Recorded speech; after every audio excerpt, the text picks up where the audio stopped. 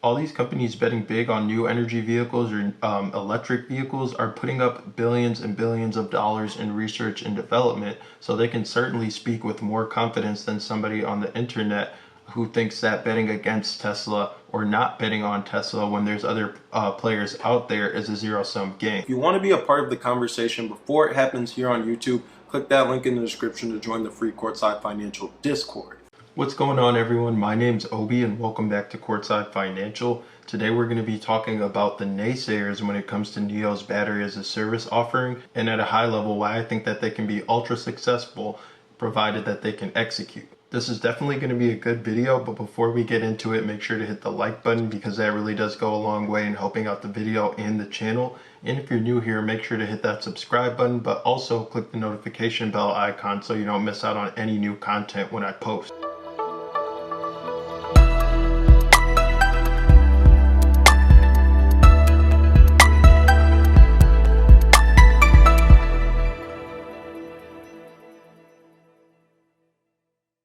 Okay, so to kick things off, let's talk about the Chinese EV market.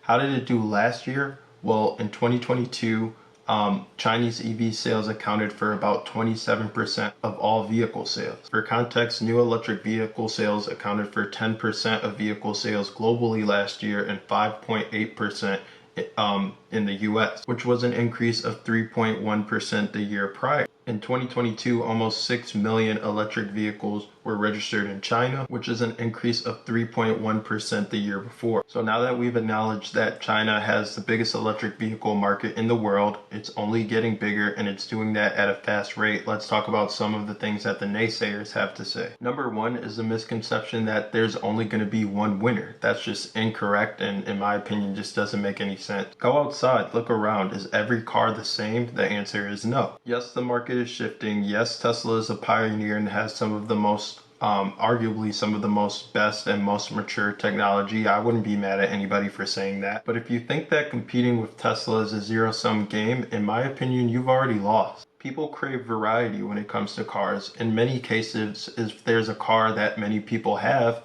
there's a group of people who don't even want that car just for that reason alone. I'm not saying that this is the case with Tesla, but I am saying that this is the case with many ICE vehicles today. Anyways, the point I'm trying to get at is there's plenty of market share to be taken from internal combustion engines. That's why we see all these legacy automakers trying to pivot. In fact, the CEO of Mercedes-Benz Beijing actually spoke pretty positively about the Chinese new electric vehicle market. Quote him, he thinks that 2023 will be a very strong year for new energy vehicles. He even speaks positively about BYD, Li Auto, and our favorite, of course, NIO. Competition brings out the best products in engineering development.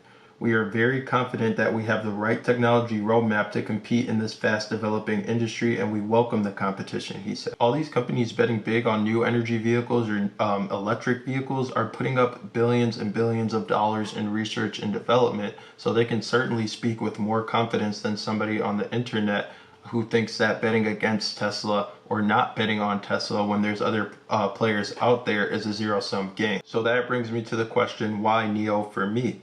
Well, it's pretty simple. NIO's betting differently than all the competition. I don't want to say that they're taking a contrarian approach because it's not completely opposite, but it certainly is innovative. And NIO's taking a bold stance compared to competing brands. They're one of the only few electric vehicle companies that allows you to battery swap, letting you swap out a dead battery pack for a fresh one in only a matter of a few minutes, and that's under 5 minutes. Even though I said they're one of a few, they're the ones leading the charge, pun intended, in battery swapping. Let me remind folks that China has chosen battery swapping as a preferred method of refueling, and NIO is reaping the benefit in terms of subsidies and the positive reaction that they're seeing from their customers. Number two, they've proven it in China. According to data provided by NIO, between January 13th and January 15th, for these 3 days, on the first day they performed 45,494 battery swaps, 51,040 battery swaps, and 55,481 respectively. To be doing around 50,000 battery swaps in a single day for a company who's still in its infancy and has only delivered around 290,000